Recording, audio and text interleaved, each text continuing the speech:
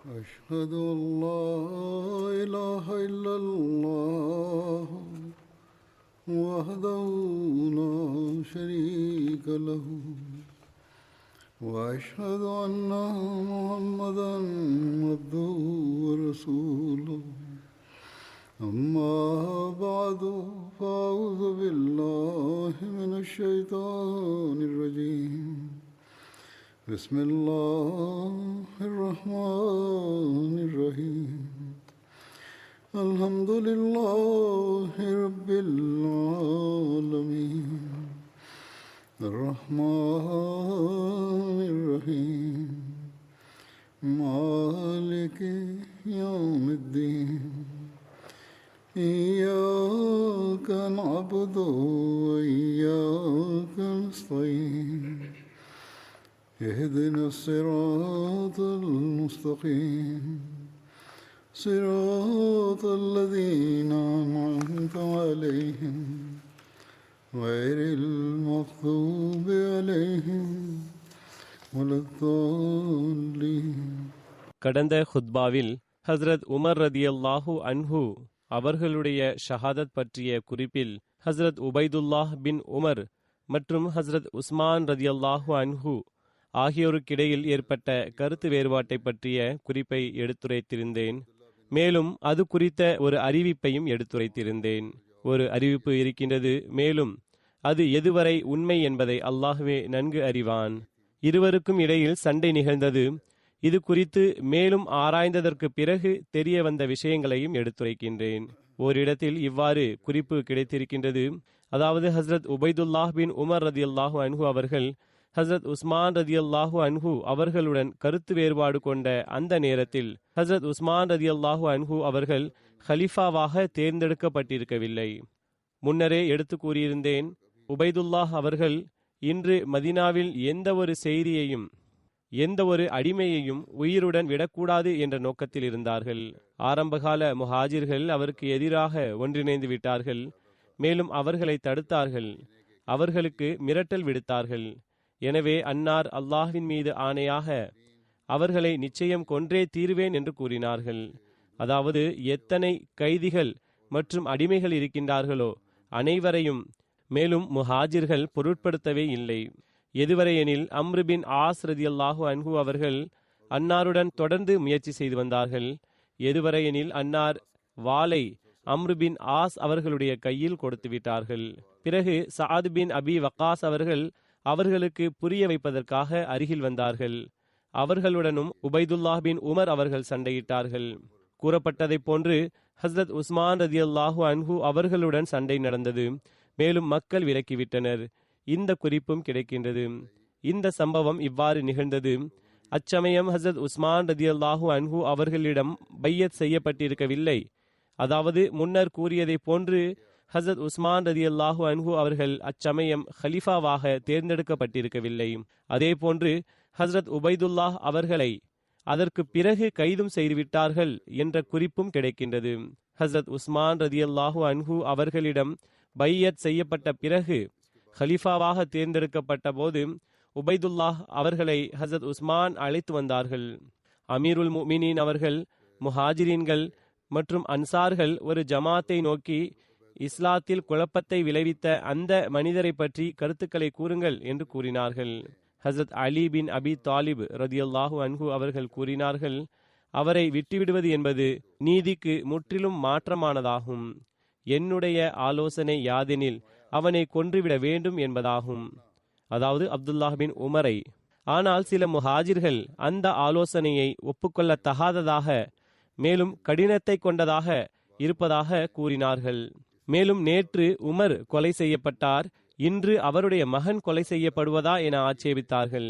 இந்த ஆட்சேபனையானது கூடியிருந்தவர்களை கவலைக்குள் ஆழ்த்தியது. மேலும் ஹஸ்ரத் அலி அவர்களும் அமைதியாக இருந்தார்கள். ஆனால் எவ்வாறு இருப்பினும் பிறகு ஹஸ்ரத் உஸ்மான் அவர்கள் கூடியிருப்பவர்களில் எவரேனும் இந்த இக்கட்டான சூழ்நிலையில் இருந்து விடுபடுவதற்கான ஏதேனும் வழியை கேட்டார்கள், ஆலோசனை கூற நாடினார்கள்.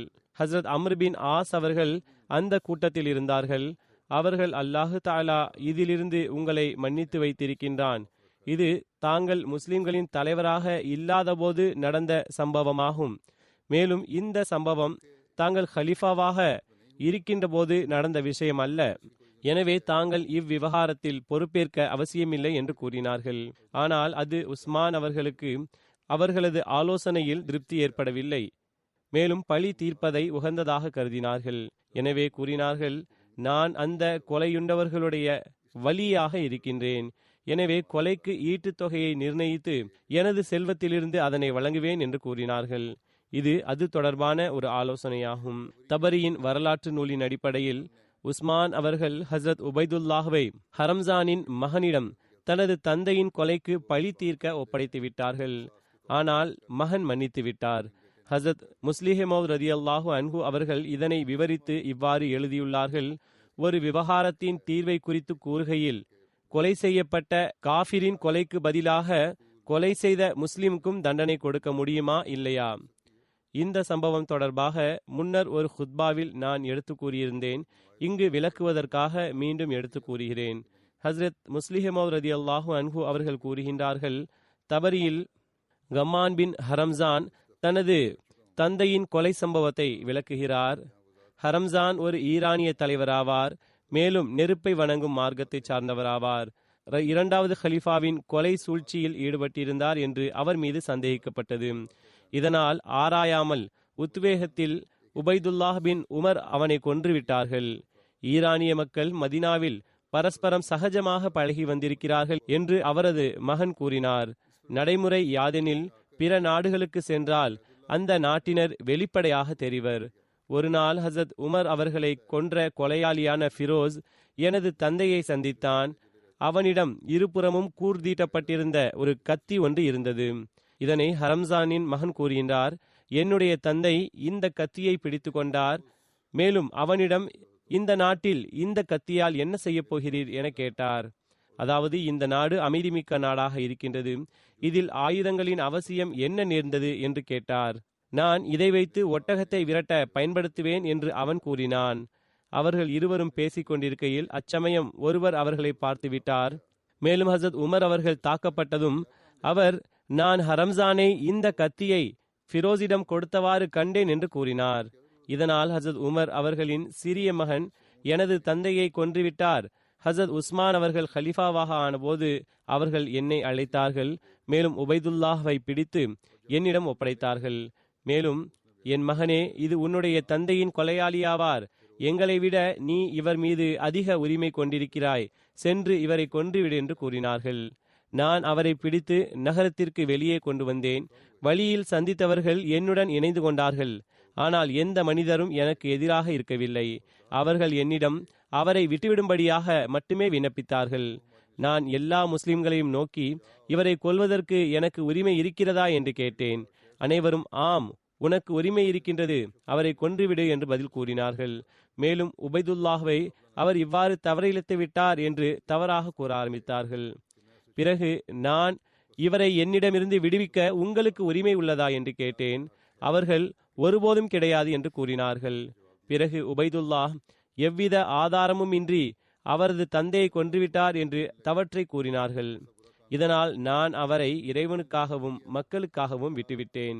எனவே முஸ்லிம்கள் மகிழ்ச்சியின் உச்சத்தில் என்னை தனது தோளில் தூக்கினார்கள்.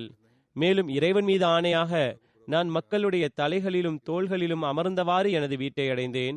மேலும் அவர்கள் எனது கால்களை கூட பூமியில் படவிடவில்லை.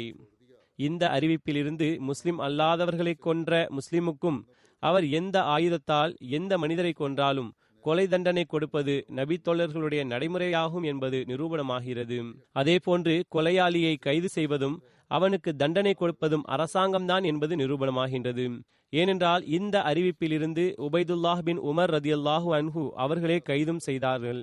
ஏனென்றால் இந்த அறிவிப்பிலிருந்து உபைதுல்லாஹ்வை ஹசரத் உஸ்மான் ரலியல்லாஹு அன்ஹு அவர்களே கைதும் செய்தார்கள். மேலும் அவரை கொலை செய்வதற்காக ஹரம்ஜானின் மகனிடம் ஒப்படைத்ததும் அவர்களே ஆவார்கள். ஹரம்ஜானின் எந்த வாரிசும் இந்த வழக்கை கொடுக்கவில்லை, மேலும் கைதும் செய்யவில்லை. இவ்விடத்தில் ஹசரத் முஸ்லிஹ் மௌத் ரலியல்லாஹு அன்ஹு அவர்கள் கூறுகிறார்கள், ஹசரத் உஸ்மான் அவர்கள் செய்ததை போன்று கொலையாளிக்கு தண்டனை கொடுப்பதற்காக கொலை செய்யப்பட்டவரின் வாரிசுகளிடம் ஒப்படைக்க வேண்டுமா அல்லது அரசாங்கமே தண்டனை கொடுக்க வேண்டுமா என்ற சந்தேகத்தையும் போக்க வேண்டியது அவசியமாகும். எனவே நினைவில் கொள்ள வேண்டியது யாதெனில், இவ்வழக்கு விவகாரத்தின் ஒரு பகுதியே ஆகும். எனவே இஸ்லாம் ஒவ்வொரு காலகட்டத்தின் அவசியத்திற்கு ஏற்ப செயல்படுவதற்காக விட்டுவிட்டது. சமுதாயம் தனது நாகரீகம் மற்றும் சூழ்நிலைக்கு ஏற்ப எந்த வழிமுறையை அதிக பயனுள்ளதாக காண்கின்றதோ அதனை பின்பற்ற இயலும். மேலும் இவ்விரு வழிமுறைகளும் குறிப்பிட்ட சூழ்நிலைகளில் பயன் தருவதாக இருப்பதில் எவ்வித சந்தேகமும் இல்லை. இந்த விளக்கத்திற்கு பிறகு நான் ஹசரத் உமர் ரதியல்லாஹு அன்ஹு அவர்களது வேறு சில சம்பவங்களை பற்றி கூறுவேன். வஃபாத்தின் நேரத்தில் ஹசரத் உமர் ரதியல்லாஹு அன்ஹு அவர்களுடைய பணிவு மற்றும் தன்னடக்கத்தின் நிலை எவ்வாறு இருந்தது, இது தொடர்பாக அவர்களது மகனார் அறிவிக்கின்றார்கள். ஹசரத் உமர் அவர்கள் தனது மகனிடம், என்னுடைய கஃன் துணியில் நடுநிலையை மேற்கொள்ளவும், ஒருவேளை அல்லாஹ்விடம் எனக்காக நன்மை இருக்கின்றது என்றால் எனக்கு அதைவிட சிறந்த ஆடையை அவன் மாற்றி விடுவான். ஒருவேளை நான் அதற்கு தகுதியற்றவனாவேன் என்றால் என்னிடமிருந்து பறித்து கொள்வான். மேலும் பறித்து கொள்வதில் விரைவு காட்டுவான். மேலும் என்னுடைய அடக்கஸ்தலம் குறித்தும் நடுநிலையை கையாள வேண்டும். ஒருவேளை அல்லாஹ்விடம் எனக்காக அதில் நன்மை இருக்கின்றது என்றால் அதனை அவன் எனது பார்வை செல்லும் தூரம் வரை விசாலமாக்குவான். மேலும் ஒருவேளை நான் அதற்கு ஏற்றவன் இல்லை என்றால் அவன் அதனை எனக்கு என்னுடைய குறுக்கெலும்பு உடையும் அளவுக்கு நெருக்கி விடுவான். மேலும் பின்பு என்னுடைய ஜனாசாவுடன் எந்த பெண்ணையும் கொண்டு செல்லாதீர்கள். மேலும் என்னிடம் இல்லாதவற்றை பற்றியும் புகழ்ந்து கூறாதீர்கள். ஏனென்றால் அல்லாஹு தஆலா என்னை அதிகமாக அறிந்தவனாக இருக்கின்றான். மேலும் என்னை சுமந்து செல்லும் போது விரைவு காட்டாதீர்கள். ஒருவேளை எனக்காக அல்லாஹ்விடம் நன்மை இருக்கின்றது என்றால் நீங்கள் என்னை எனக்கு மிகவும் சிறந்ததன்பால் அனுப்புகின்றீர்கள். மேலும் அதற்கு ஏற்றவன் நான் இல்லை என்றால் உங்களது தோளிலிருந்து நீங்கள் சுமந்து கொண்டிருக்கின்ற அந்த தீமையின் சுமையை இறக்கி வைப்பீர்கள். இது தவிர ஹசரத் உமர் ரதியல்லாஹு அன்ஹு அவர்கள் தன்னை மிஸ்க், அதாவது கஸ்தூரி போன்றவற்றை கொண்டு குளிக்க வைக்க வேண்டாம் என்று அறிவுரை கூறியதாகவும் குறிப்பு கிடைக்கின்றது. ஹசரத் உஸ்மான் பின் அஃபான் ரதியல்லாஹு அன்ஹு அவர்கள் கூறுகிறார்கள், நான் ஹசரத் உமர் ரதியல்லாஹு அன்ஹு அவர்களிடம் சென்றேன். அப்போது அவர்களது தலை அவர்களுடைய மகன் அப்துல்லாஹ் பின் உமர் அவர்களுடைய மடியில் இருந்தது. ஹசரத் உமர் அவர்கள் அவர்களிடம், அதாவது அப்துல்லாஹ் பின் உமர் அவர்களிடம், என்னுடைய கன்னத்தை பூமியில் வையுங்கள் என்று கூறினார்கள். ஹசரத் அப்துல்லாஹ் அவர்கள், என்னுடைய மடியும் பூமியும் சமமாகவே உள்ளது என்று கூறினார்கள். அதாவது குறைந்த இடைவெளியே இருந்தது.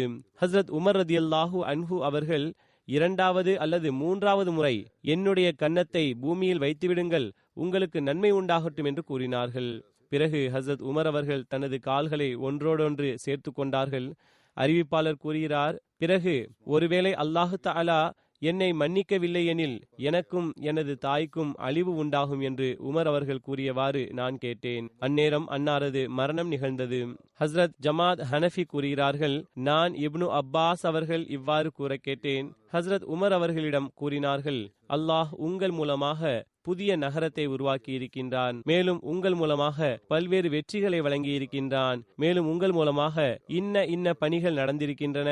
அதற்கு ஹசரத் உமர் அவர்கள், என்னுடைய எண்ணம் யாதெனில் அவற்றிலிருந்து எனக்கு எந்த நற்கூலியும் அல்லது எந்த சுமையும் கிடைக்காத வண்ணம் நான் ரட்சிக்கப்பட வேண்டும் என்று விரும்புகிறேன் என்று கூறினார்கள். அதாவது, ஆம், நான் பெரும் பணிகளை செய்திருக்கின்றேன், என்னுடைய காலத்தில் பெரும் வெற்றிகள் ஏற்பட்டிருக்கின்றன என்பதில் எந்த பெருமையும் இல்லை. மாறாக அல்லாஹு தஆலாவின் அச்சமும் பக்தியும் மேலோங்கி இருக்க வேண்டும். மேலும் அவர்களுக்கு தனது மறுமை குறித்த கவலை இருந்தது. ஜைர் பின் அஸ்லம் அவர்கள் தனது தந்தையிடமிருந்து அறிவிக்கிறார்கள், ஹசரத் உமர் ரதியல்லாஹு அன்ஹு அவர்களின் மரணத்தின் நேரம் நெருங்கிய போது அன்னார், மக்கள் தலைமை குறித்து என் மீது சந்தேகம் கொள்கின்றார்கள். இறைவன் மீது ஆணையாக நான் லா அலைய வலா லீ, அதாவது என் மீது எந்த தண்டனையும் அல்லது கூலியும் இல்லாத வண்ணம் ரட்சிக்கப்பட வேண்டும் என்பதையே விரும்புகிறேன் என்று கூறினார்கள். ஹசரத் முஸ்லிஹ் மௌத் ரதியல்லாஹு அன்ஹு அவர்கள் கூறுகிறார்கள், ஹசரத் உமர் ரதியல்லாஹு அன்ஹு அவர்கள் எவ்வாறான மனிதர் என்றால், அன்னார் தனது வாழ்நாள் முழுவதையும் இஸ்லாமிய சமுதாயத்தின் துயரம் மற்றும் கவலையில் தொலைத்துவிட்ட மற்றும் எல்லா சந்தர்ப்பத்திலும் நேர்மையிலும் மேன்மையான தியாகங்களை செய்த அது செயலளவில் ஹசரத் அபூபக்கர் சித்திக் ரதியல்லாஹு அன்ஹு அவர்களுடைய தியாகங்கள் வரை சென்றடையவில்லை என்றாலும் எண்ணம் மற்றும் நோக்கத்தின் அடிப்படையில் சமமாகவே இருந்தது. ஹசரத் அபூபக்கர் ரதியல்லாஹு அன்ஹு அவர்கள் வஃபாத்தான போது ஹசரத் உமர் ரதியல்லாஹு அன்ஹு அவர்களுடைய கண்களில் இருந்து கண்ணீர் வழிய ஆரம்பித்தது. மேலும் அன்னார் கூறினார்கள், இறைவனே, அபூபக்கர் ரலியல்லாஹு அன்ஹு அவர்கள் மீது அருள் புரிவாயாக. நான் பலமுறை அவர்களை விட நன்மையில் முந்த முயற்சித்திருக்கிறேன், ஆனால் ஒருபோதும் வெற்றியடையவில்லை. ஒருமுறை ரசூலே கரீம் ஸல்லல்லாஹு அலைஹி வஸல்லம் அவர்கள் செல்வத்தை கொண்டு வாருங்கள் என்று கூறினார்கள். நான் எனது செல்வத்தில் பாதியை கொண்டு வந்தேன். மேலும் இன்று நான் அபூபக்கர் ரலியல்லாஹு அன்ஹு அவர்களை விட நன்மையில் முன்னேறியிருப்பேன் என்று கருதினேன். ஆனால் அபூபக்கர் ரலியல்லாஹு அன்ஹு அவர்கள் எனக்கு முன்பே அங்கு வந்து சேர்ந்திருந்தார்கள்.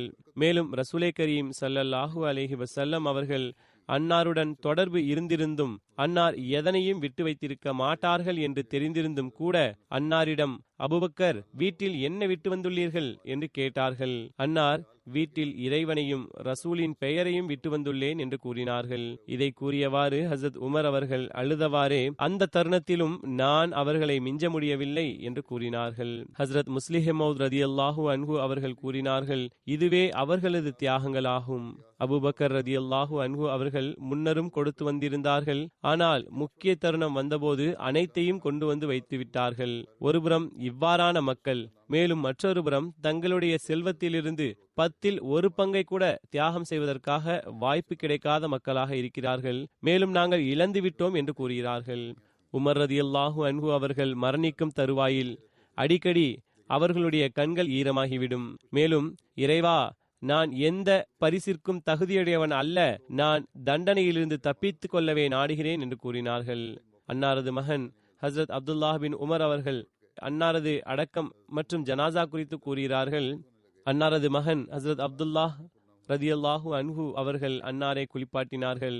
அன்னாரது ஜனாசா தொழுகை ரசூல் ஸல்லல்லாஹு அலைஹி வஸல்லம் அவர்களது மிம்பர் மற்றும் ரவுசாவுக்கு இடைப்பட்ட இடத்தில் தொழப்பட்டது. ஹசரத் ஜாபீர் அவர்களிடமிருந்து அறிவிப்பு, ஹசரத் உமர் அவர்களை கபரில் இறக்குவதற்காக உஸ்மான் பின் அஃபான், சயீத் பின் ஜைத், சுஹைப் பின் சனான் மற்றும் அப்துல்லாஹ் பின் உமர் ரதியல்லாஹு அன்ஹுமா ஆகியோர் இறங்கினார்கள். அவர்களை தவிர ஹசரத் அலி, ஹசரத் அப்துர் ரஹ்மான் பின் அவுஃப், ஹசரத் சஅத் பின் அபி வக்காஸ், ஹசரத் ஜுபைர் பின் அவாம் ரதியல்லாஹு அன்ஹும் ஆகியோரது பெயரும் வருகின்றது. ஹசரத் மசீஹே மௌத் அலைஹிஸ்ஸலாத்து வசலாம் அவர்கள் கூறுகிறார்கள், நல்லடியார்களுக்கு அருகில் அடக்கம் செய்யப்படுவது ஒரு அருளாகும். ஹசரத் உமர் ரதியல்லாஹு அன்ஹு அவர்கள் குறித்து எழுதப்பட்டுள்ளதாவது, மரணப்படுக்கையில் மற்றும் அன்னார் ஹசரத் ஆயிஷா ரதியல்லாஹு தஆலா அன்ஹா அவர்களிடம் ரசூலே கரீம் ஸல்லல்லாஹு அலைஹி வஸல்லம் அவர்களுக்கு அருகில் இருக்கும் இடத்தை தனக்கு கொடுக்குமாறு கேட்டு அனுப்பினார்கள். ஹசரத் ஆயிஷா ரதியல்லாஹு தஆலா அன்ஹா அவர்களும் பரந்த உள்ளத்துடன் அன்னாருக்கு அவ்விடத்தை கொடுத்ததும் அன்னார், மா பகாலி ஹம்முன் பஅதஹு என்று கூறினார்கள். அதாவது, ஹசரத் ரசூலே கரீம் ஸல்லல்லாஹு அலைஹி வஸல்லம் அவர்களுக்கு அருகில் அடக்கப்பட்டிருக்கிறேன், இதற்கு பிறகு எனக்கு எவ்வித கவலையும் இல்லை என்று கூறினார்கள். பிரிதோரிடத்தில் ஹசரத் வாக்களிக்கப்பட்ட மசீஹ் அலைஹிஸ்ஸலாம் அவர்கள் கூறுகிறார்கள், எவரொருவர் முழுமையான நேசத்துடன் அல்லாஹ்வின் சந்நிதியில் தொடர்பை ஏற்படுத்திக் கொள்கிறாரோ அவரை உலகம் முழுவதிலும் உள்ள அனைவரும் அவருடன் பகைமை கொண்டாலும் அல்லாஹ் ஒருபோதும் வீணடிக்க மாட்டான். மேலும் அல்லாஹ்வை நேசிப்பவர் எவ்வித இழப்பு மற்றும் துன்பங்களின் முகத்தை காண மாட்டார். மேலும் அல்லாஹு தஆலா உண்மையாளர்களை எவ்வித பாதுகாவலரும் உதவியாளரும் இன்றி விட்டுவிட மாட்டான். அல்லாஹு அக்பர். அவ்விருவரது, அதாவது அபூபக்கர் மற்றும் உமர் ஆகியோரின் உண்மை மற்றும் உள தூய்மை எந்த அளவுக்கு மேன்மை வாய்ந்ததாக இருக்கின்றது. அவர்கள் இருவரும் எவ்வாறான அருளுக்குரிய அடக்கஸ்தலத்தில் அடக்கப்பட்டிருக்கிறார்கள் என்றால், மூசாவும் ஈசாவும் உயிருடன் இருந்திருந்தால் உள்ளத்தில் அதீத விருப்பம் கொண்டவர்களாக அங்கு அடக்கம் செய்யப்பட நாடியிருப்பார்கள். அந்த அந்தஸ்து நாட்டம் கொள்வதனால் மட்டும் கிடைத்துவிட முடியாது, மேலும் விருப்பம் கொள்வதனால் வழங்கப்பட்டுவிட முடியாது. மாறாக இது மேன்மைக்குரிய கண்ணியத்திற்குரிய இறைவனின் தரப்பிலிருந்து கிடைக்கும் ஒரு நிரந்தரமான கருணை ஆகும். மேலும் இந்த ரஹ்மத் இறைவனுடைய அருளின்பால் எப்போதும் கவனத்துடன் இருக்கின்ற அந்த மக்களை நோக்கியே இருக்கின்றது. ஹசரத் முஸ்லிஹ் மௌத் ரதியல்லாஹு அன்ஹு அவர்கள் கூறுகிறார்கள், ஹசரத் உமர் ரதியல்லாஹு அன்ஹு அவர்கள் மரணிக்கின்ற தருவாயில் அன்னாருக்கு ரசூலே கரீம் ஸல்லல்லாஹு அலைஹி வஸல்லம் அவர்களது பாதங்களில் அடக்கம் செய்யப்பட இடம் கிடைக்க வேண்டும் என்பதில் அன்னார் மிகவும் துடிப்பினை வெளிப்படுத்தினார்கள். எனவேதான் அன்னார் ஆயிஷா ரதியல்லாஹு தஆலா அன்ஹா அவர்களிடம் தாங்கள் அனுமதி வழங்கினால் என்னை அன்னாருக்கு அருகில் அடக்கம் செய்யலாம் என்று கூறி அனுப்பினார்கள். ஹஸ்ரத் உமர் ரதியல்லாஹு அன்ஹு அவர்கள் எவ்வாறான மனிதர் எனில், அன்னாரை குறித்து கிறிஸ்தவ வரலாற்றாசிரியர்களும் அன்னார் உலகில் வேறு எவரும் செய்திடாத ஆட்சி செய்தார்கள் என்று எழுதுகிறார்கள். அவர்கள் ரசூலே கரீம் ஸல்லல்லாஹு அலைஹி வஸல்லம் அவர்களை வசைமாறி பொழிகிறார்கள். அதாவது வரலாற்றாசிரியர்கள் கிறிஸ்தவ வரலாற்றாசிரியர்கள், ஆனால் ஹஸ்ரத் உமர் ரதியல்லாஹு அன்ஹு அவர்களை புகழ்கிறார்கள். அன்னார் எல்லா நேரமும் ரசூலே கரீம் ஸல்லல்லாஹு அலைஹி வஸல்லம் அவர்களுக்கு அருகில் இருந்தார்கள். மரணிக்கும் போதும் ரசூலே கரீம் ஸல்லல்லாஹு அலைஹி வஸல்லம் அவர்களது பாதங்களில் அடக்கம் செய்யப்பட வேண்டும் என்று ஆசை கொண்டிருந்தார்கள்.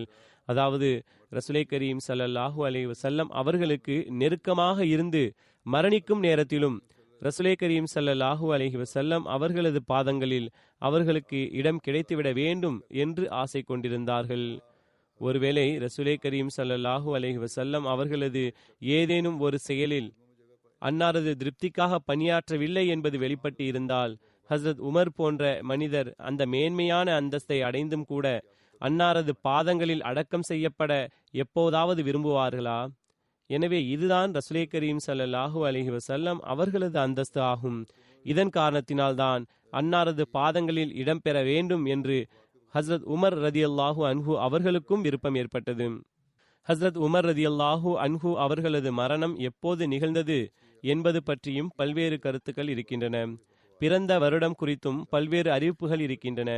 எனவே அன்னாருடைய நேரத்தில் வயது குறித்த பல்வேறு கூற்றுக்கள் இருக்கின்றன. எனவே தபரியின் வரலாற்று நூல், அத்துல் காபா, அல் பிதாயா வன் நஹாயா, ரியாதுன் நஸ்ரா, ஹலீஃபாக்களின் வரலாறு போன்ற நூல்களில் பல்வேறு அறிவிப்புகளில் அன்னாரது வயது 53, 55, 57, 59, 61, 63, 65 என்று குறிப்பிடப்பட்டுள்ளது. எவ்வாறிருப்பினும் சஹீஹ் முஸ்லிம் மற்றும் திர்மிதியின் அறிவிப்பின் அடிப்படையில் அன்னாரது வயது 63 என்று எடுத்துரைக்கப்பட்டுள்ளது. ஹஸ்ரத் அனஸ் பின் மாலிக் ரதியல்லாஹு அன்ஹு அவர்களிடமிருந்து அறிவிக்கப்படுகின்றது, மரணத்தின் போது ரசூலே கரீம் ஸல்லல்லாஹு அலைஹி வஸல்லம் அவர்களது வயது 63 இருந்தது. ஹஸ்ரத் அபூபக்கர் ரதியல்லாஹு அன்ஹு அவர்களது மரணத்தின் போது அவர்களுடைய வயது 63 இருந்தது. ஹஸ்ரத் உமர் ரதியல்லாஹு அன்ஹு அவர்களின் மரணத்தின் போதும் அவர்களுடைய வயது 63 இருந்தது. ஹஸ்ரத் உமர் அவர்களது மரணத்தின் போது சில கண்ணியத்திற்குரிய சஹாபாக்களின் தாக்கங்கள் குறித்து கூறப்படுகின்றது. ஹஸ்ரத் இப்னு அப்பாஸ் ரதியல்லாஹு அன்ஹு அவர்கள் கூறுகின்றார்கள், ஹஸ்ரத் உமர் ரதியல்லாஹு அன்ஹு அவர்களுடைய அருளுக்குரிய உடல் ஜனாசாவுக்காக வைக்கப்பட்டது. மேலும் மக்கள் அவருக்கு அருகில் நின்றுவிட்டார்கள்.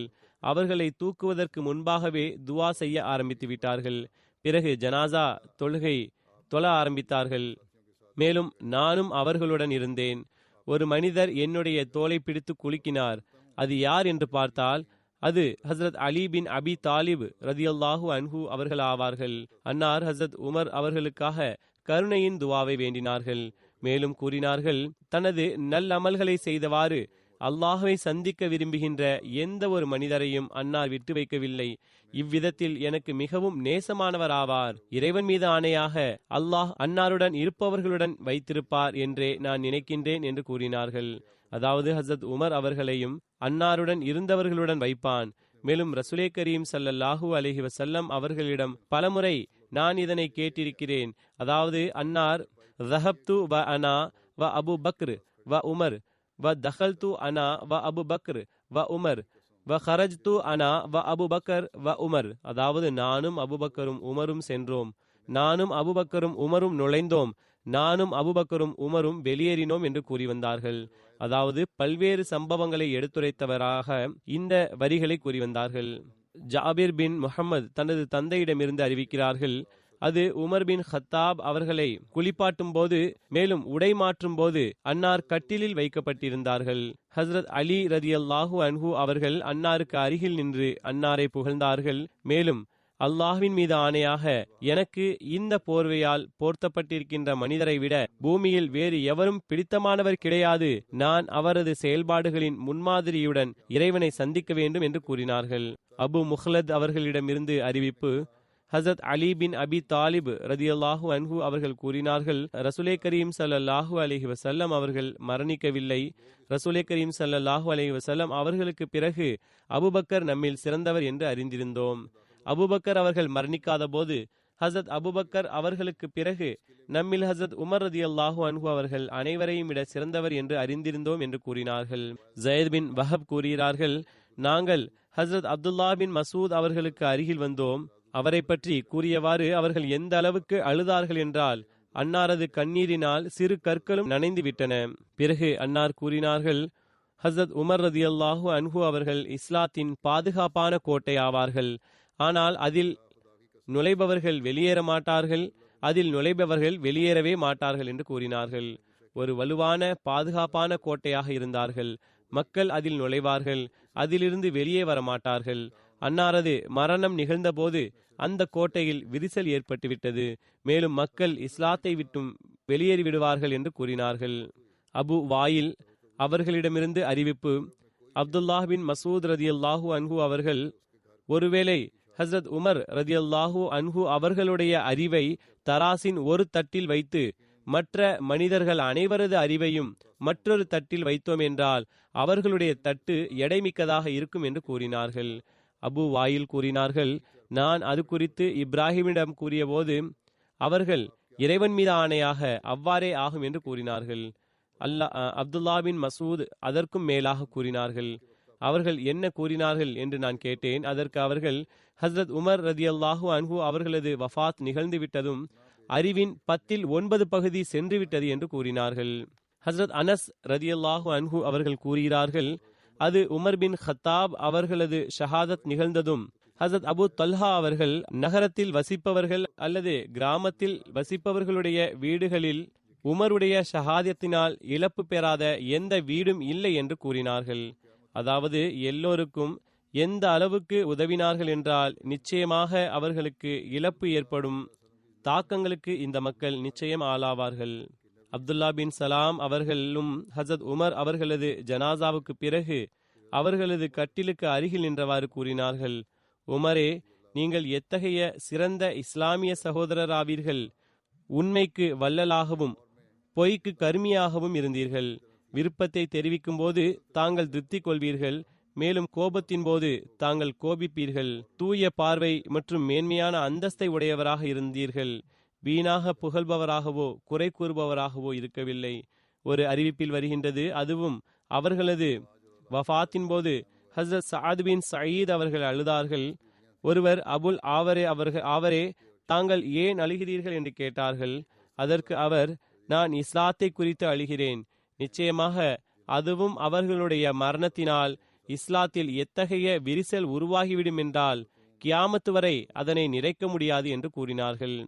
ஹசரத் இப்னு உமர் ரதியல்லாஹு அன்ஹு அவர்கள் கூறுகின்றார்கள், ரசூலே கரீம் ஸல்லல்லாஹு அலைஹி வஸல்லம் அவர்களுடைய வாழ்நாளில் நாங்கள் நபியே கரீம் ஸல்லல்லாஹு அலைஹி வஸல்லம் அவர்களது உம்மத்தில் அன்னாருக்கு பிறகு அனைவரையும் விட சிறந்தவர் அபூபக்கர் என்றும், பிறகு ஹசரத் உமர், பிறகு ஹசரத் உஸ்மான் ரதியல்லாஹு அன்ஹும் என்றும் கூறிக்கொண்டிருப்போம்.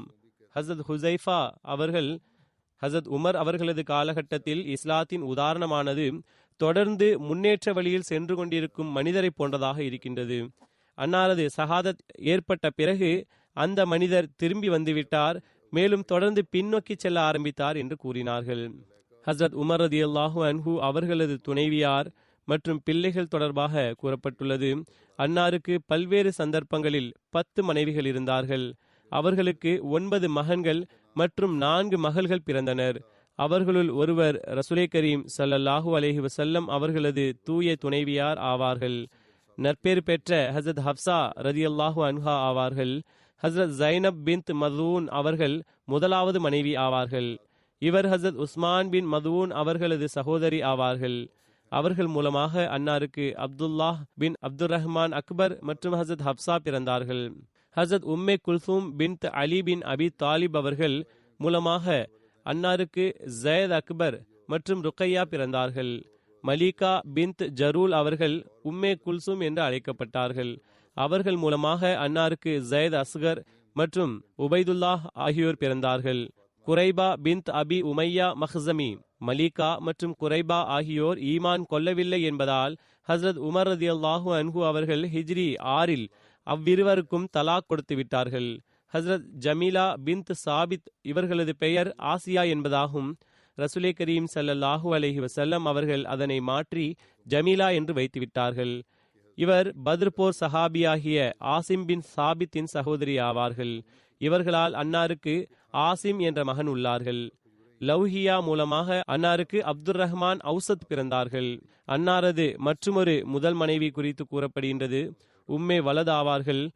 அதாவது திருமணம் செய்யப்பட்ட அடிமை பெண்ணுக்கு குழந்தை பிறந்துவிட்டால் அவள் சுதந்திரமாக்கப்படுவாள். மற்றுமொரு உம்மே வலது இருந்தார்கள். அவர்களுடைய வயிற்றில் அப்துர் ரஹ்மான் அஸ்கர் பிறந்தார்கள். ஹசரத் உம்மே ஹக்கீம் பின் ஹாரிஸ் அவர்கள் மூலமாக அன்னாருக்கு ஃபாத்திமா பிறந்தார்கள். ஃபுகைஹா மூலமாக அன்னாருக்கு ஜைனப் என்ற மகள் இருந்தார்கள். ஹசரத் ஆத்திகா பின் ஜயத் மூலமாக அன்னாருக்கு அயாஸ் என்ற மகன் இருந்தார்கள். பிரசித்தி பெற்ற கிழக்கத்திய ஆராய்ச்சியாளர் எட்வர்ட் கஃபன் ஹசரத் உமர் அவர்களை புகழ்ந்து எழுதுகிறார். ஹசரத் உமர் அவர்களது இரையச்சம் மற்றும் பணிவு ஆகியவை ஹசரத் அபூபக்கர் ரதியல்லாஹு அன்ஹு அவர்களை விட குறைவாக இருக்கவில்லை. அன்னாரது உணவில் பார்லியின் ரொட்டி மற்றும் பேரித்தம்பழங்களே இருந்தன. தண்ணீர் அன்னாரது பானமாக இருந்தது. அன்னாரது உடை 12 இடங்களில் கிழிந்த நிலையில் அன்னார் மக்களுக்கு தப்லீக் செய்து கொண்டிருந்தார்கள். அன்னாருக்கு சன்மானம் வழங்க வந்த ஈரானிய ஆளுநர் அன்னாரை மஸ்ஜித் நபவியின் படிகளில் யாசகர்களுடன் உறங்கியவாறு கண்டார்கள். வாழ்வாதாரம் அவசியமானதாக இருக்கின்றது. பரந்த சிந்தனை மற்றும் வருமான உயர்வுக்காக ஹசரத் உமர் அவர்கள் உள தூய்மை உடையவர்களுடைய இறந்தகால மற்றும் நிகழ்கால பொறுப்புகளின் அடிப்படையில் ஊதியத்திற்கு நியாயமான முறையில் மற்றும் நிரந்தரமான அமைப்பு ஒன்றை நிறுவினார்கள். தனது ஊதியம் குறித்து கவலையற்றவராக இருந்தார்கள். அன்னார் ரசூலே கரீம் ஸல்லல்லாஹு அலைஹி வஸல்லம் அவர்களுடைய தந்தையின் சகோதரரான அப்பாஸ் அவர்களுக்கு முதலாக மற்றும் தேவைக்கும் அதிகமாக 25,000 திர்ஹம் அல்லது வெள்ளி துண்டுகளை ஊதியமாக நிர்ணயித்தார்கள். பத்ர் போரில் கலந்து கொண்ட முதிய சஹாபாக்கள் ஒவ்வொருவருக்கும் 5,000 திர்ஹம்கள் ஊதியமாக நிர்ணயித்தார்கள். முஹம்மது ஸல்லல்லாஹு அலைஹி வஸல்லம் அவர்களது இதர சஹாபாக்களுக்கு வருடாந்திர அன்பளிப்பாக 3,000 வெள்ளி துண்டுகளை வழங்கினார்கள். மைக்கேல் எச் ஹார்ட் என்பவர் தனது நூல் த 100 வரலாற்றின் தாக்கத்திற்குரிய 100 மனிதர்களை பற்றிய குறிப்பை எழுதியுள்ளார்கள். முதலிடத்தில் ஹசரத் ரசூலே கரீம் ஸல்லல்லாஹு அலைஹி வஸல்லம் அவர்களை எழுதியுள்ளார்கள். அந்த நூலில் 52வது இடத்தில் ஹசரத் உமர் ரதியல்லாஹு அன்ஹு அவர்களை பற்றிய குறிப்பு இருக்கின்றது.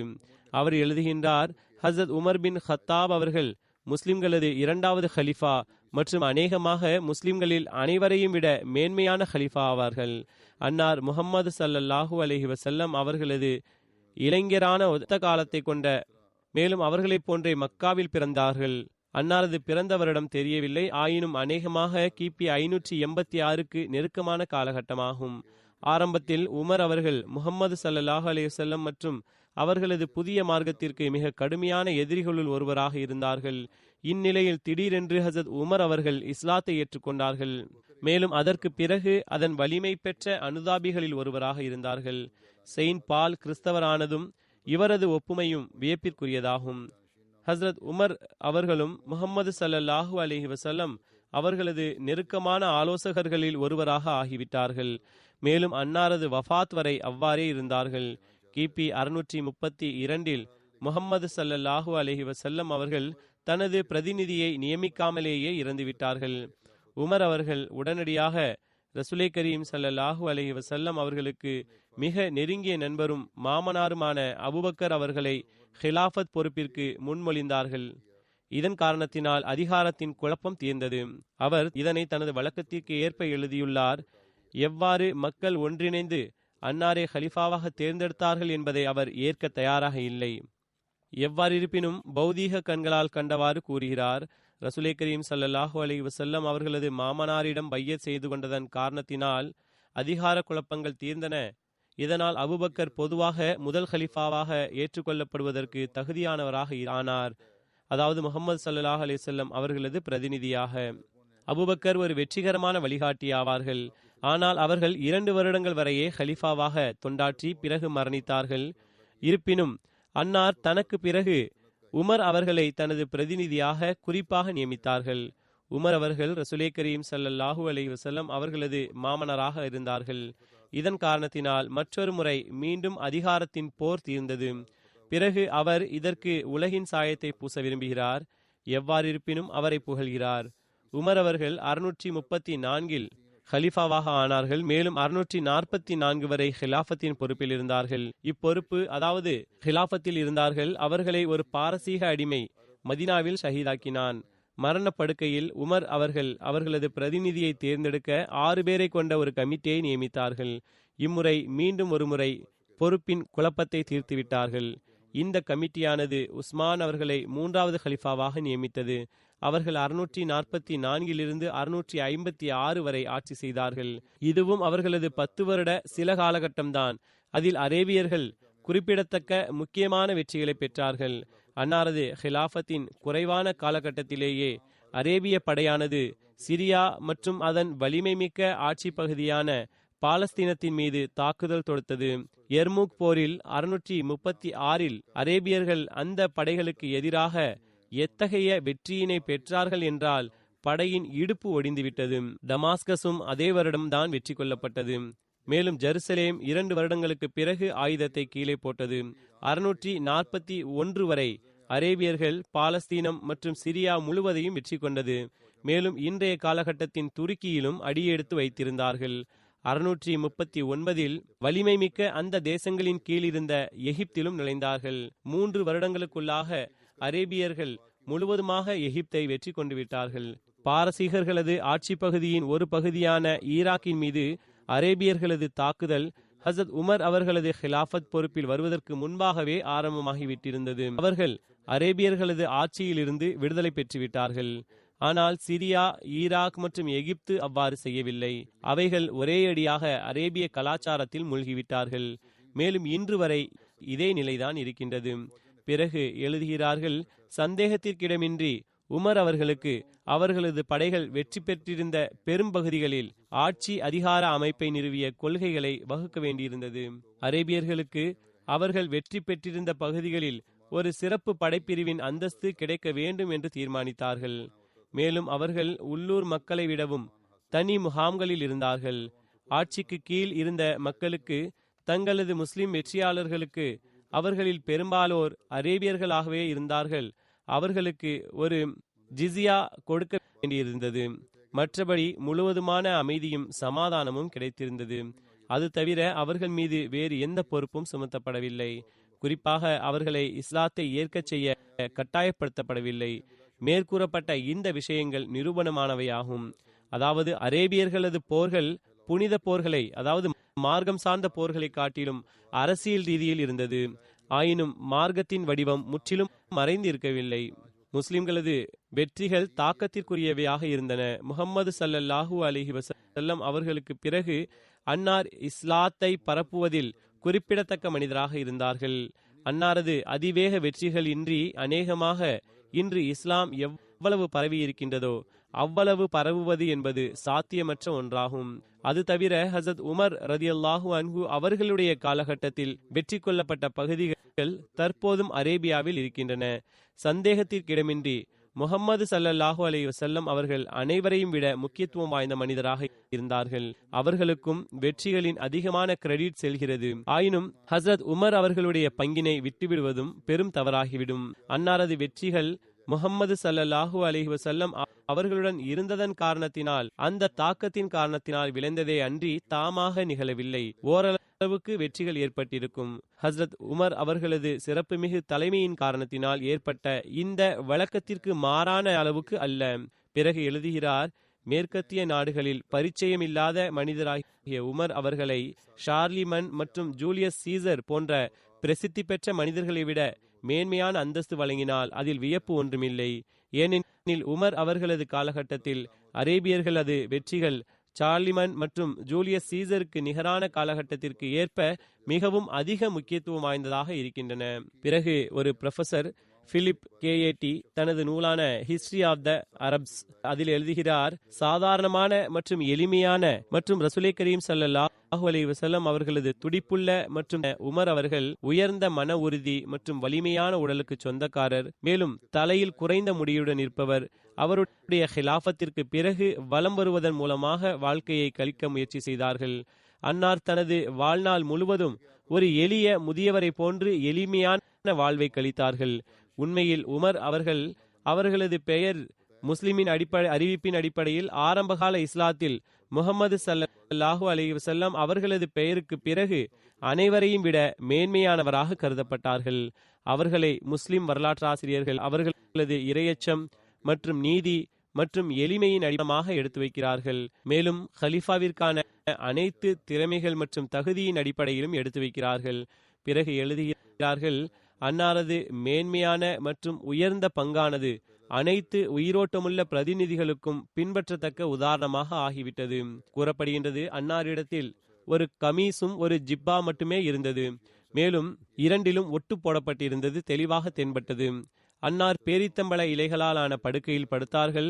அன்னாருக்கு ஈமானில் முழுமைத்துவமும் நீதியில் உயர்ந்த படித்தரமும் அரேபியர்கள் மற்றும் இஸ்லாத்தின் முன்னேற்றம் மற்றும் நல் வாழ்வை அன்றி வேறு எந்த சிந்தனையும் இருக்கவில்லை. இந்த குறிப்பு கூறப்பட்டு வருகின்றது. இன்ஷா அல்லாஹ் இனியும் தொடரும். தற்போது சில மர்ஹூம்களின் குறிப்பை எடுத்துரைப்பேன். முதலாவது குறிப்பு மதிப்பிற்குரிய சாஹிப்சாதி ஆசிஃபா மசூதா பேகம் சாஹிபா அவர்களுடையதாகும். அவர்கள் ஹசரத் மிர்சா பஷீர் அஹமது சாஹிப் அவர்களுடைய மகனான டாக்டர் மிர்சா முபஷிர் அஹமது சாஹிப் அவர்களின் துணைவியார் ஆவார். கடந்த சில நாட்கள் முன்பு அன்னார் தனது 92வது வயதில் வஃபாத்தானார்கள். இன்னா லில்லாஹி வ இன்னா இலைஹி ராஜிவூன்.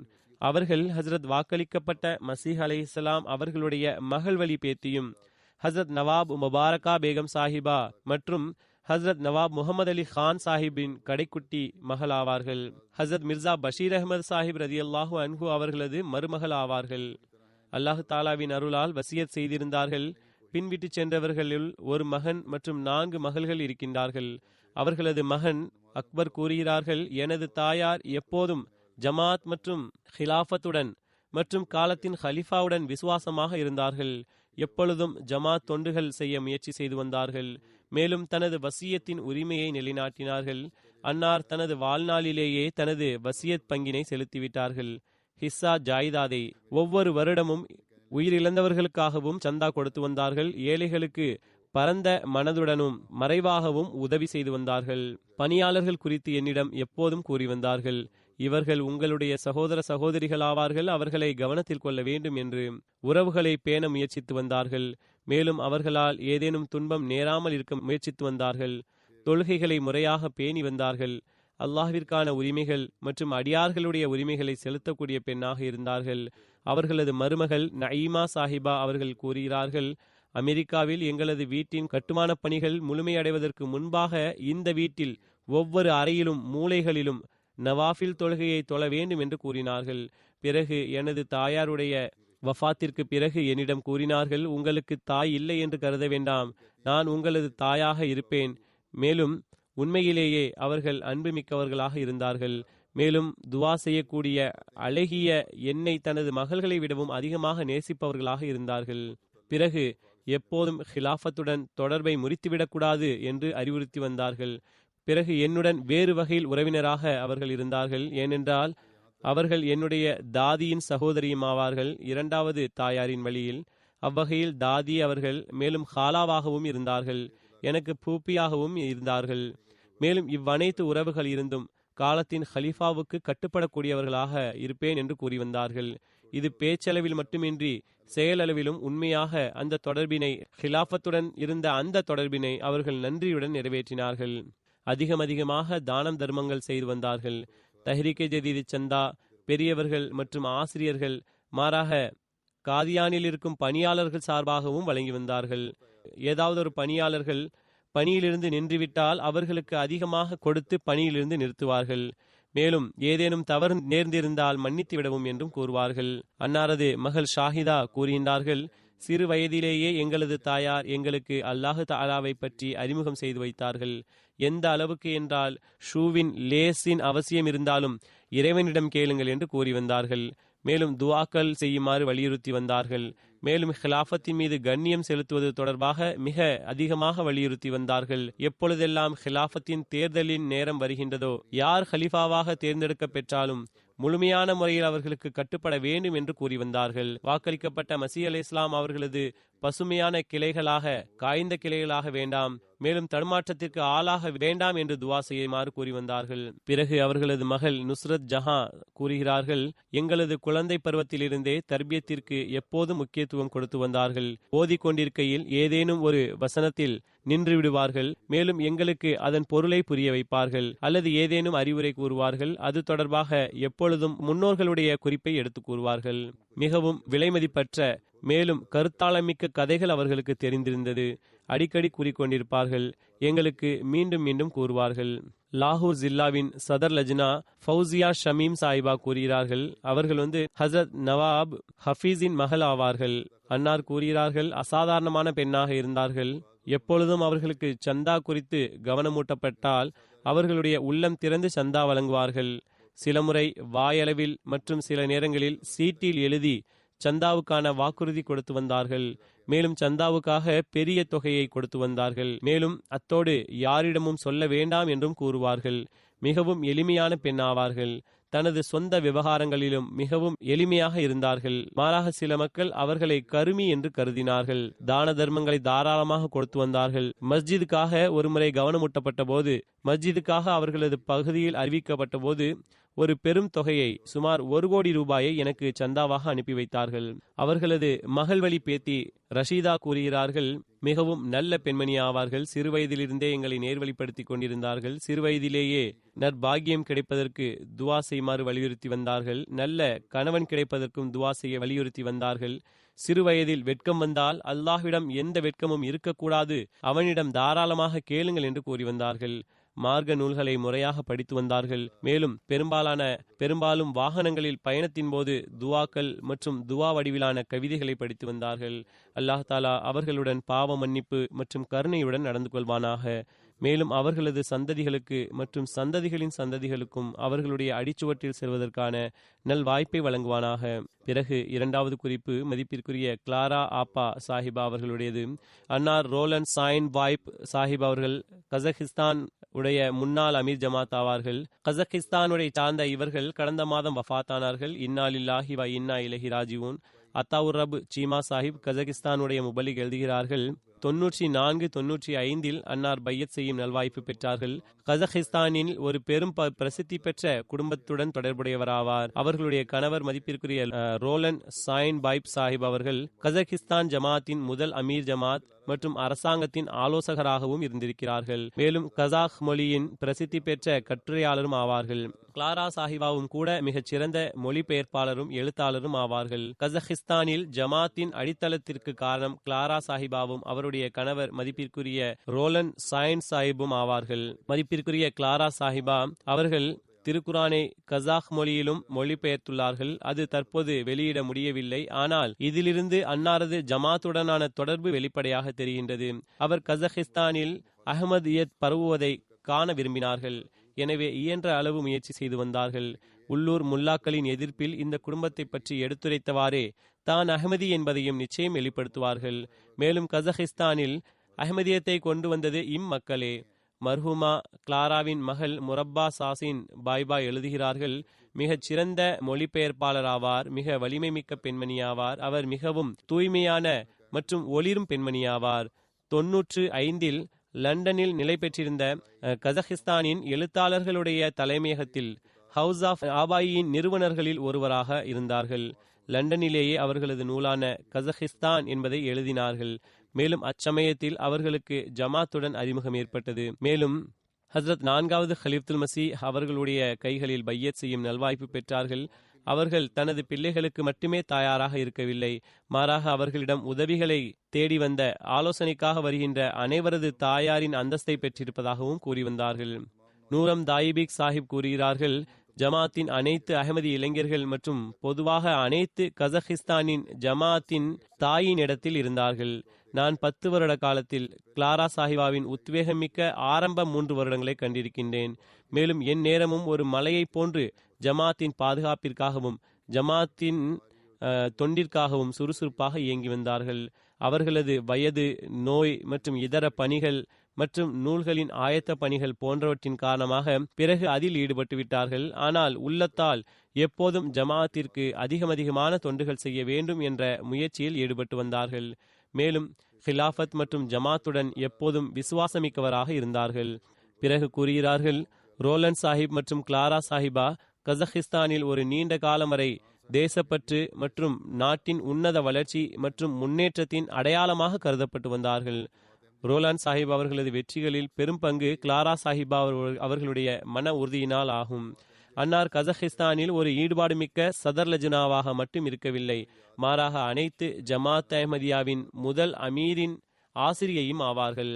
கூறுகிறார்கள், எனக்கு நினைவில் இருக்கின்றது எவ்வாறு 96, 99களில் அல்லது அதற்கு பிறகும் அவர்கள் மிகவும் சிறந்த முறையில் ஜமாத்தின் மிஷன் ஹவுஸில் லஜ்னாக்களின் வாராந்திர வகுப்புகளில் வருகையை உறுதிப்படுத்தியிருந்தார்கள். அதில் லஜ்னா முரபி சாஹிபிடம் பல்வேறு கேள்விகளை கேட்பார்கள். மேலும் பிறகு அவர்களுக்கு அந்த கேள்விகளுக்கான பதிலை கூறுவார்கள். பிறகு கூறுகிறார்கள், ஜமாத்தே அஹ்மதியாவின் லிட்ரேச்சர்களில் கிளாரா சாஹிபாவை விட சிறந்த மொழிபெயர்ப்பாளர் இருக்க முடியாது. கிளாரா சாஹிபா அனைத்து கண்ணியத்திற்குரிய அஹ்மதிகளிலும் மிகச் சிறந்த அஹ்மதி ஆவார்கள். ஜமாத்தின் இளைய அஹ்மதிகளுக்கு ஆன்மீக ஆற்றலுக்கு காரணியாக இருந்தார்கள். அவர்களிடம் ஜமாத்தின் முக்கியத்துவம், அதாவது உண்மை இஸ்லாமின் உண்மையான ஆன்மா நிலை பெற்றிருந்தது. கடினமான சூழ்நிலைகளிலும் அவர்கள் ஒருபோதும் தைரியத்தை இழக்கவில்லை. மாறாக எப்போதும் தானும் மேலும் பிறரையும் வெற்றியின் பாதையில் இட்டுச் செல்வார்கள். அல்லாஹு தாலா அவர்களுடன் பாவ மன்னிப்பு மற்றும் கருணையுடன் நடந்து கொள்வானாக. மேலும் அவர்களுடைய முயற்சிகள் கசகிஸ்தானில் அஹ்மதியத்திற்காக அவர்கள் மேற்கொண்ட முயற்சிகளையும் முழுமைப்படுத்துவானாக. அவர்களது துவாக்களையும் முழுமைப்படுத்துவானாக. அடுத்த நற்குறிப்பு விங் கமாண்டர் அப்துல் ரஷீத் சாஹிபினுடையதாகும். கடந்த மாதம் அன்னார் வஃபாத்தானார்கள். இன்னா லில்லாஹி வ இன்னா இலைஹி ராஜிவூன். அல்லாஹ்வின் அருளால் மூசியாக இருந்தார்கள். அவர்களது மகன் ஃபாரூக் கூறுகிறார்கள், அவர்களது தந்தையாருடைய பெயர் பாபு ஷேக் அப்துல் அசீஸ் ஆகும். அன்னார் மஜ்லிஸ் கார்பர்தாஸின் செக்ரட்டரி ஆவார்கள். மேலும் அவர்களது பெரிய தந்தை கான் சாஹிப் ஃபர்சந்த் அலி கான் சாஹிப் ஆவார்கள். அவர்களுக்கு ஹசரத் முஸ்லிஹ் மௌத் ரதியல்லாஹு அன்ஹு அவர்கள் ஜமாத்தின் வரலாற்றில் லாகூரில் முதல் அமீர் ஜமாத்தாக நியமித்தார்கள். அன்னாரது தந்தை தனது இளமையிலேயே முஸ்லிஹ் மௌத் அவர்களது கைகளில் பையத் செய்தார்கள். ரஷீத் சாஹிப் தனது தந்தையை பற்றி கூறுகிறார்கள், அவர் தனது தந்தையின் ஒரே மகன் ஆவார்கள். முதலில் ரஷீத் சாஹிப்பின் தந்தைக்கு முதல் திருமணம் நடந்தது. அஹ்மதியத்தை ஏற்றதன் காரணமாக 2 மகள்களுடன் அவர்கள் விட்டு சென்று விட்டார்கள். 2வது திருமணம் நடந்தது. அதில் ரஷீத் சாஹிப் அவர்கள் பிறந்தார்கள். ஆனால் கூறுகிறார்கள், மிகவும் கட்டுப்படக்கூடியவராக இருந்தார்கள். பெற்றோர்களுக்கு எப்போதும் தொண்டாற்றி வந்தார்கள். மேலும் பெற்றோர்களது எல்லா வார்த்தைகளுக்கும் கீழ்ப்படிதல் உள்ளவராகவும் இருந்தார்கள். பிரிவினைக்கு முன்பு வரை, பார்ட்டிஷனுக்கு முன்பு வரை தந்தை அவர்கள் காதியானிலேயே படித்து வந்தார்கள். பிறகு கூறினார்கள், பார்ட்டிஷன் போது அன்னாரது இதர கூட்டத்தினருடன் சேர்ந்து காதியானிலிருந்து லாகூர் வந்தடைந்தார்கள். பிறகு ஆரம்பத்தில் சில குடும்பத்தினருடன் தனது பெற்றோர்களுடன் வந்து தங்கிவிட்டார்கள். ஏறக்குறைய 54இல் ஏர்போர்ஸில் ஒப்புதல் பெற்றுவிட்டார்கள். அன்னார் பல்வேறு ஏர் பேசிஸில் பணியாற்றி வந்துள்ளார்கள். எங்கு இருந்தாலும் அஹ்மதியத்தை நன்கு வெளிப்படுத்தி வந்தார்கள். லிபியாவிலும் சில வருடங்கள் அவர்களுக்கு டெபோர்டேஷனில் பாகிஸ்தானிய அரசாங்கத்தின் சார்பாக அனுப்பப்பட்டிருந்தது. அவர்களுடைய ஃபைலில் இவர் காதியானி ஆவார், செல்ல முடியாது என்று எழுதப்பட்டிருந்த போதிலும் ஆனால் அவர்களது அதிகாரி அவர்களை பிறகும் கூட அனுப்பிவிட்டார். உங்களை போன்ற அதிகாரி எனக்கு வேறு யாரும் தென்படவில்லை என்று கூறுகிறார்கள். தனது தந்தையார் கூறுவார்கள், ஒருமுறை பாகிஸ்தானது லிபிய தூதரக அலுவலகத்தில் அன்னார் நுழைந்தார்கள். வலப்புறம் அரபி மொழியில் ஜமாத்துக்கு எதிரான நூல்கள் மற்றும் கையேடுகள் வைக்கப்பட்டிருந்தன.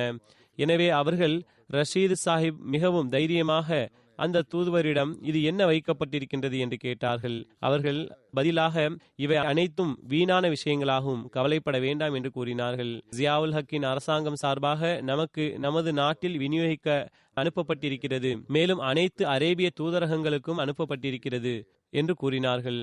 பிறகு அன்னார் கூறுகிறார்கள், 1982ஆம் ஆண்டில் அவர்களது ஒரு அறிக்கையின்படி 4வது ஹலிஃபத்துல் மசீஹ் அவர்கள் ஸ்பெயின் வந்திருந்தார்கள். அங்கு 4வது ஹலீஃபா அவர்கள் தனது கைகளால் சுயமாக கடிதம் எழுதி அன்னாரை லிபியா ஜமாஅத்தின் அமீராக நியமனம் செய்து வைத்தார்கள். லிபியாவின் முதல் அமீர் ஜமாத் ஆவார்கள். தொழுகைகளை முறையாக பேணுவது இருக்கத்தான் செய்கின்றது. அது ஒவ்வொரு மூமினுடைய கடமையாகும். திருக்குரானை ஓதுவது மற்றும் சந்தாக்கள் வழங்குவதை மிகவும் பேணி வந்தார்கள். தனது மரணத்திற்கு முன்பே தனது வசியத் சந்தாவை செலுத்தி வந்தார்கள். வக்ஃபே ஜதீத் மற்றும் தஹ்ரீகே ஜதீத் சந்தாக்களிலும் தன் சார்பாகவும் சான்றோர்கள் சார்பாகவும் வழங்கி வந்தார்கள். மகன் எழுதுகிறார், தனது மகனிடம் இரண்டாவது கலீஃபத்துல் மஸீஹ் அவர்களது ஒரு சம்பவத்தை கூறி வந்தார்கள். ரபுவாவில் ஆரம்ப நாட்களில் ஒரு சந்தர்ப்பத்தின் போது இரண்டாவது கலீஃபா அவர்கள் வெயில் காலத்தில் அன்னாரை அழைத்தார்கள். கூறுகிறார்கள், எனது தந்தை அறைக்குள் நுழையும் போது ஹுசூர் அவர்கள் பாயில் படுத்திருந்தார்கள். மேலும் அன்னார் எழுந்ததும் ஹுசூர் அவர்களது உடலில் பாயின் அடையாளங்கள் இருந்தன. கூறுகின்றார்கள், இவ்விஷயங்களின் காரணமாக குழந்தைகளாகிய எங்களுடைய உள்ளத்திலும் ஹிலாஃபத்தின் மீது நேசமும் கீழ்ப்படிதலின் பெரும் தொடர்பும் உருவானது. மேலும் பெரும் தாக்கமும் ஏற்பட்டது. 1984 ஏர்போர்ஸில் இருந்து ஓய்வு பெற்றார்கள். ஸ்கார்டன் லீடர் ரேங்கில் பதவியில் இருந்து பிறகு ரபுவாவில் நிரந்தரமாக தங்கிவிட்டார்கள். மேலும் உள்ளூர் சதர் மற்றும் கசாவின் அலுவலகத்திலும் சிறிது காலம் பணியாற்றினார்கள். ஏழைகளை கவனிப்பவராக இருந்தார்கள். ஒவ்வொருவரது தேவைகளையும் கருத்தில் கொண்டவராக இருந்தார்கள். அவர்கள் இறுதி அறிவுரையாக ஏழைகளை கருத்தில் கொள்ளுங்கள் என்று கூறியவாறு சென்றார்கள். அல்லாஹ் தாலா இவர்களுடன் பாவ மன்னிப்புடனும் கருணையுடனும் நடந்து கொள்வானாக.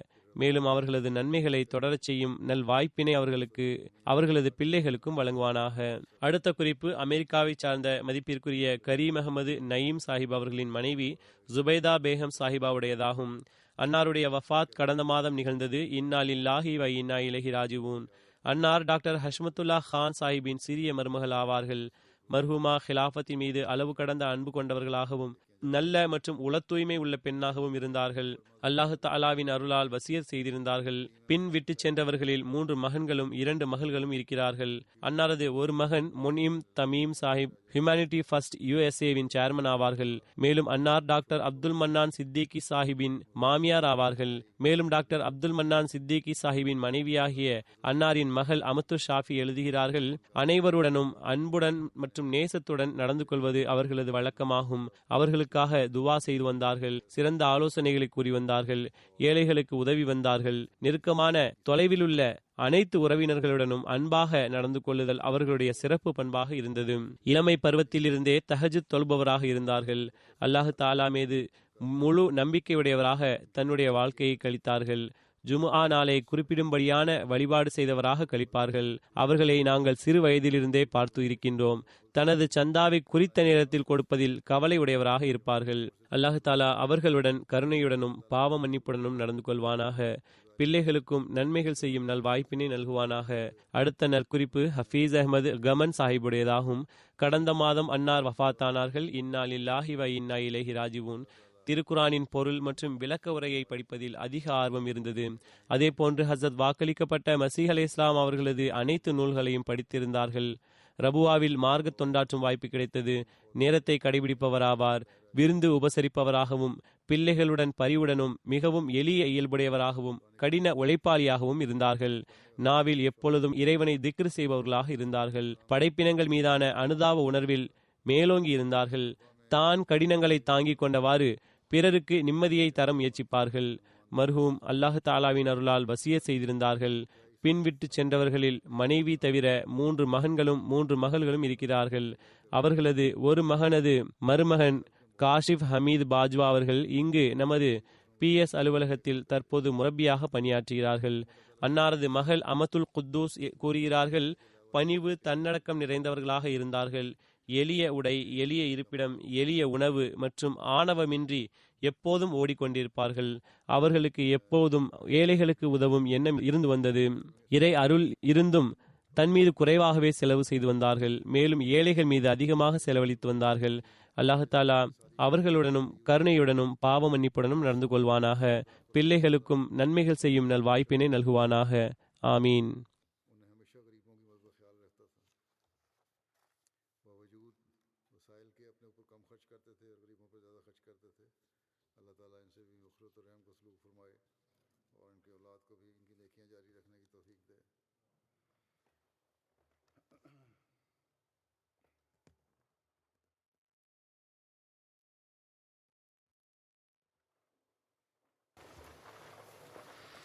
الحمد لله نحمده ونستعينه ونستغفره ونؤمن به ونتوكل عليه ونعوذ بالله من شرور أنفسنا ومن سيئات أعمالنا من يهده الله فلا مضل له ومن يضلل فلا هادي له ونشهد أن لا إله إلا الله ونشهد أن محمدا عبده ورسوله عباد الله رحمكم الله إن الله يأمر بالعدل والإحسان وإيتاء ذي القربى وينهى عن الفحشاء والمنكر والبغي يعظكم لعلكم تذكرون اذكروا الله يذكركم وادعوه يستجب لكم ولذكر الله أكبر